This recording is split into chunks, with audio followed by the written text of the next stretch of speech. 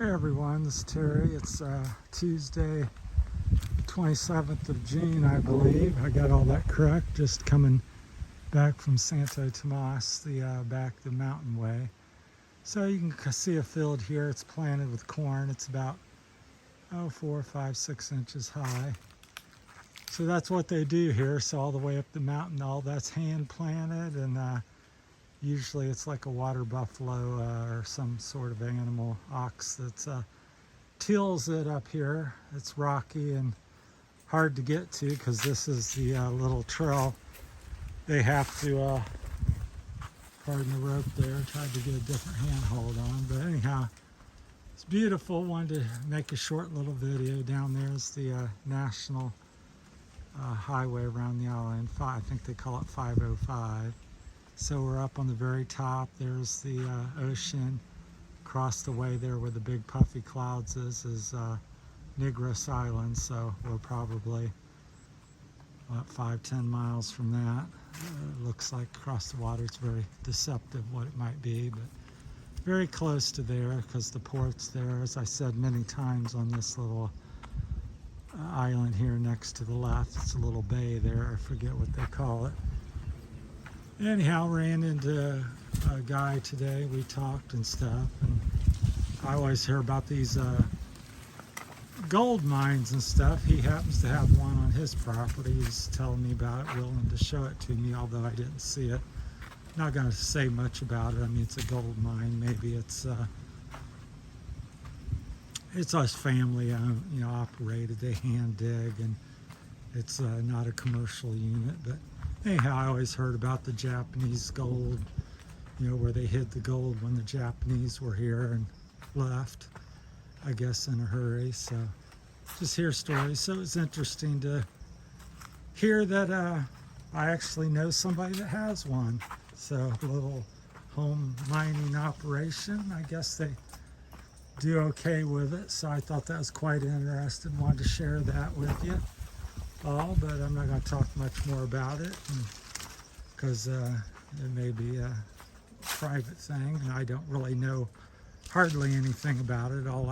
My brother teased me before I come. He says, "Are you going to hunt for the Japanese gold that's buried all over the Philippines?" So I just really kind of thought he was joking, but apparently there's some truth, and there's gold in the hills of the Philippines.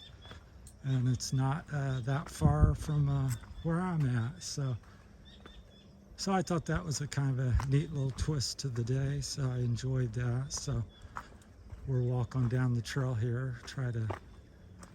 Some of my earlier videos kind of flopped today. I was trying to do a help people at the gas pump. I was willing to pay some, but the store clerk and the person at the restaurant kind of didn't really fully understand what I was trying to do, so them two videos are not what I had planned. So I shot a little bit, but really ended up not doing what I intended to do. So we're heading on back from our dinner and our hike around the Santo Tomas and this back to the house here in San Fernando. So I thought I'd shot a little video show some of the cornfields here. The tallest one right now is about up to my waist, so it's maybe 3 or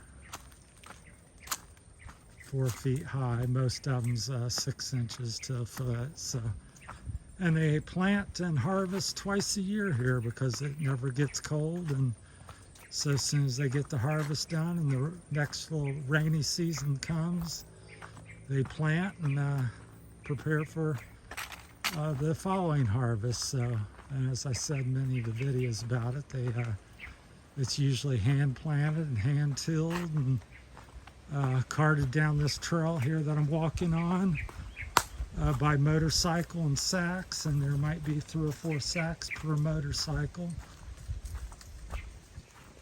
So it's quite interesting how they do things here. Now here, which I've talked about a little bit, they cut down most of the trees, much to my disappointment, because it's what makes the Philippines so beautiful and has great value. But they make charcoal out of it, so all these trees all over the Philippines here where I live, are cut down and being cut down as we speak. They just cut these down the past 2 or 3 weeks to make charcoal, and they use charcoal to cook their food on here, a lot of people, so that's what it's used for.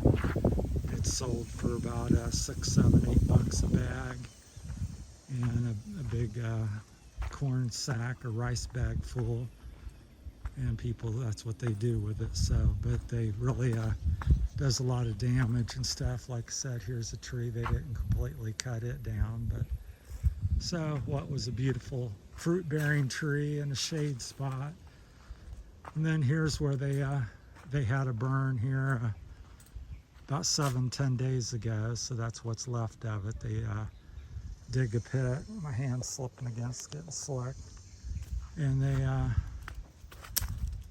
smother it and light it on fire and smother it so it smolders, and that's how you make charcoal. It's not just wood being burned, it's smothered with dirt and grass just to let it kind of cook, and then so it doesn't burn completely and it turns into black coal, and that's what's sold, and people, you know, make a decent living with that. So the trees get covered, cut down. So we'll walk down this little newer trail here. So it's still beautiful here. There's a big dragon fruit farm. I can't really zoom in because I'm walking the dog, and these hills right there, that's all corn going on up through there. So that's all corn. So I find it very hard to even walk on. Here's 2 more pits. So they use a lot of wood. So this was also burnt in the past 7-10 days. So that's what was left of that. So that's probably, each pit probably holds 1 to 4 trees, depending on the size of the tree. These were beautiful trees here, a lot of shade and fruit bearing of different fruits, and now they're in very poor shape. And here they took off a big limb. They're going to use the wood, but everything is used. I guess, as I said many times in my video, my complaint is here locally I've not seen a single tree planted that I'm aware of, but I've seen over 100 acres cut down in the last 6 months in this local area for either planting corn, charcoal, a little bit of both, because they don't waste here, that's for sure. It's all used. But when it's stripped down like this, all that will grow typically is grass, and that kind of chokes out any germination of trees and so forth. So you end up with just prairies, and makes the ground the air very hot, and the ground more unstable, doesn't hold as much moisture. Obviously the grass holds a fair amount, but the trees even did a better job. So, but that's the Philippines. So yeah, the corn second harvest or second batch is growing, and probably be harvested, I would imagine, September, October, or something like that. Here's a trail there. So this is a typical trail that they'll walk to their homes, or bring corn or animals up and down. So it's kind of like a road or highway somewhat in the Philippines. And there's bigger roads that are just bigger that you could drive a car on that look similar. Then there's the few paved ones, which seems to be out here maybe 10 to 25% of the roads are paved. And they're not too bad, even though they can be kind of rough. They're always working on things though. So anyhow, we're heading back down, gonna be home shortly. Just wanted to tell you a little bit, show you the corn progress, and go over a couple things, and tell you my experience with meeting somebody here in the Philippines with the gold mine. So we won't go into names or where or any more detail, but so there is gold in these here hills. So really surprised me. So thanks for watching, everybody. That's Terry from Terry's Philippine Journey, and it's Tuesday afternoon, and I'm heading back to the house. Everybody take care, and just also wanted to say one last thing about all the new subscribers and interest in the channel, and I got better internet now, so I'm able to post something and respond to people now. So thanks, everybody.